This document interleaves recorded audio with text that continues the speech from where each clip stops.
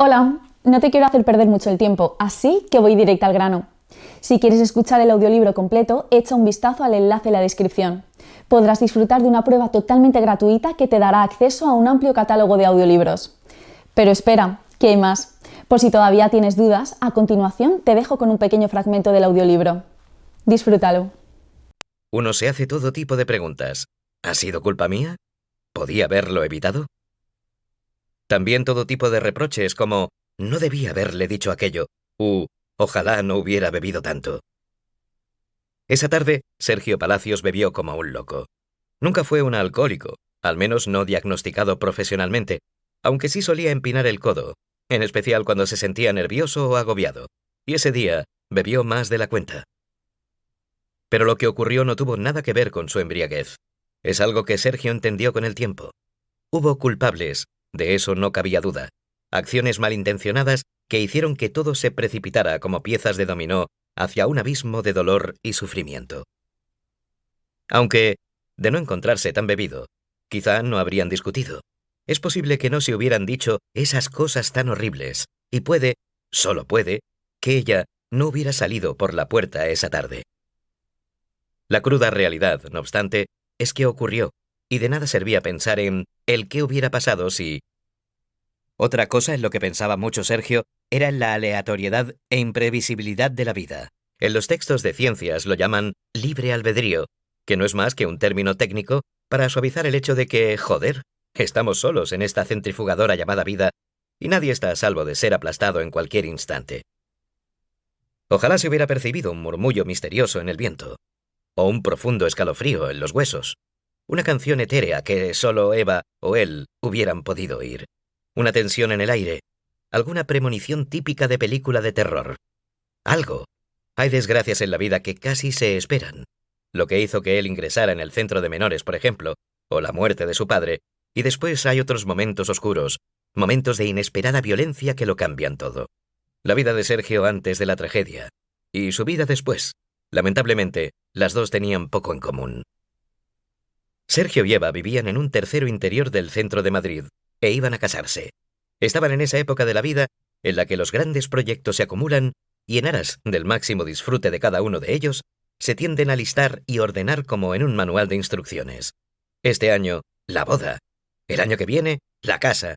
Y al siguiente, el niño. Lo malo de los planes es eso, que solo son planes. Ideas abstractas que flotan en la imaginación de cada uno, creando realidades futuras que, por un motivo u otro, rara vez se cumplen.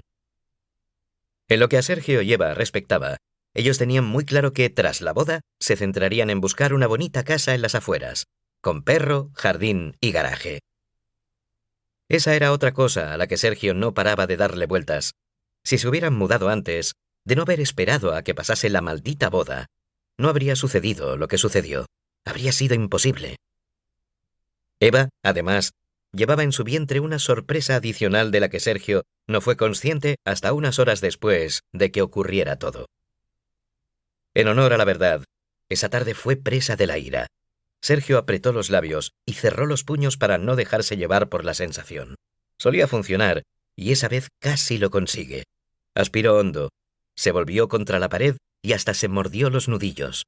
Ya notaba que su ritmo cardíaco se calmaba cuando ella pronunció esas palabras. Eran como descargas eléctricas indefinibles e inquietantes que solo pueden provocar algunas palabras pronunciadas por alguien que te quiere o te quería. Instintivamente, se volvió hacia ella e hinchó el pecho como un animal acosado al que no le queda otro recurso que mostrar su dentadura.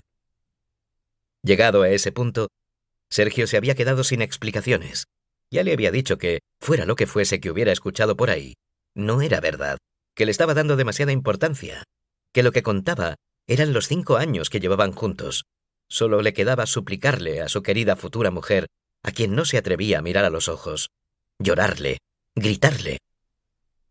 El televisor estaba emitiendo una reposición de Love Actually, una de las películas preferidas de ambos. El piso se llenó de voces alegres y reconocibles, los únicos lazos entre ellos. Todo lo demás había desaparecido. Ella volvió a decir esa frase, 4 palabras que nunca debieron oírse. No te reconozco, Sergio. Esta vez lo dijo entre lágrimas y gimoteos. Sergio volvió a sentir las descargas en lo más profundo de su cuerpo y supo con seguridad que si no reaccionaba en ese momento, todo lo que había construido iba a derrumbarse en cuestión de segundos. Estaba en una situación realmente incómoda. Lo había descubierto y no tenía la manera de demostrar que ella se equivocaba. Porque lo cierto, lo más jodido, era que Eva tenía razón. De pronto, ella lo miró con los ojos hundidos en lágrimas. Vale, te escucho. Cuéntamelo. Le estaba dando una última oportunidad. Ni una palabra cálida. Nada de Sergi, que era como ella lo llamaba habitualmente. Ni siquiera su nombre completo como consuelo. Solo ese, vale, te escucho, cuéntamelo. Sergio cerró los ojos. Le pidió que lo creyera, que nada de lo que había oído era ni remotamente verdad, y que estaban tratando de joderle la vida.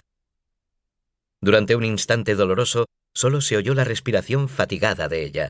Luego, Eva irguió la cabeza con arrogancia, como cuando trataba con gente a quien no consideraba digna de su respeto. Lo que sucedió después quedó guardado en la memoria de Sergio como breves recortes de una película sin montar. Eva portaba una mochila, que al parecer tenía preparada desde hacía varios días, lo que significaba que lo que estaba a punto de hacer no era fruto de un calentón. Pésimas noticias. Había cruzado la puerta y estaba entrando al ascensor. Casi no volvió el rostro para dedicarle una última mirada. Esa mirada, de ese día en adelante, sería lo último que vería Sergio antes de caer dormido cada noche y lo primero que vendría a su mente al despertarse. «Eva», suplicó, «vete al infierno». Una bruma llenó rápidamente su cerebro hasta anular todos sus sentidos. Tardó en reaccionar. De no haberlo hecho, es posible que la hubiera alcanzado. ¿Cómo habría procedido entonces? Arrodillándose y llorando, seguramente. El caso es que bajó corriendo las escaleras, y cuando llegó al portal, ella ya estaba subiéndose a su moto. Vio a cámara lenta cómo su prometida sacudía la cabeza con desprecio. Por un momento, Sergio se quedó sin respiración. Sintió un temblor bajo sus pies cuando la moto arrancó en un rugido. Puede que ella esperase que él corriera tras la moto gritando su nombre, como en las películas. «¡Eva! ¡Eva!». En una comedia romántica de manual, el protagonista pararía un taxi y gritaría aquello de «¡Siga esa moto!». Rápidamente darían alcance a Eva.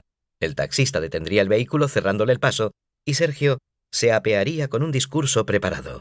Entonces se besarían, sonaría una canción pegadiza y aparecerían los títulos de crédito. ¿Era eso lo que esperaba? Lo que fuera que esperase, resultó que no estaban en una comedia romántica. Sergio seguía anclado al asfalto de su calle, preguntándose cómo había llegado a esa situación, cuando un violento impacto se oyó un par de manzanas más allá. Esa vez, Sergio sí corrió. Pero era demasiado tarde. Un camión de reparto de fruta se había saltado a un stop. Eva aterrizó en la acera como una marioneta sin hilos y falleció en la ambulancia de camino al hospital. En cuanto al bebé, ni siquiera sobrevivió al impacto.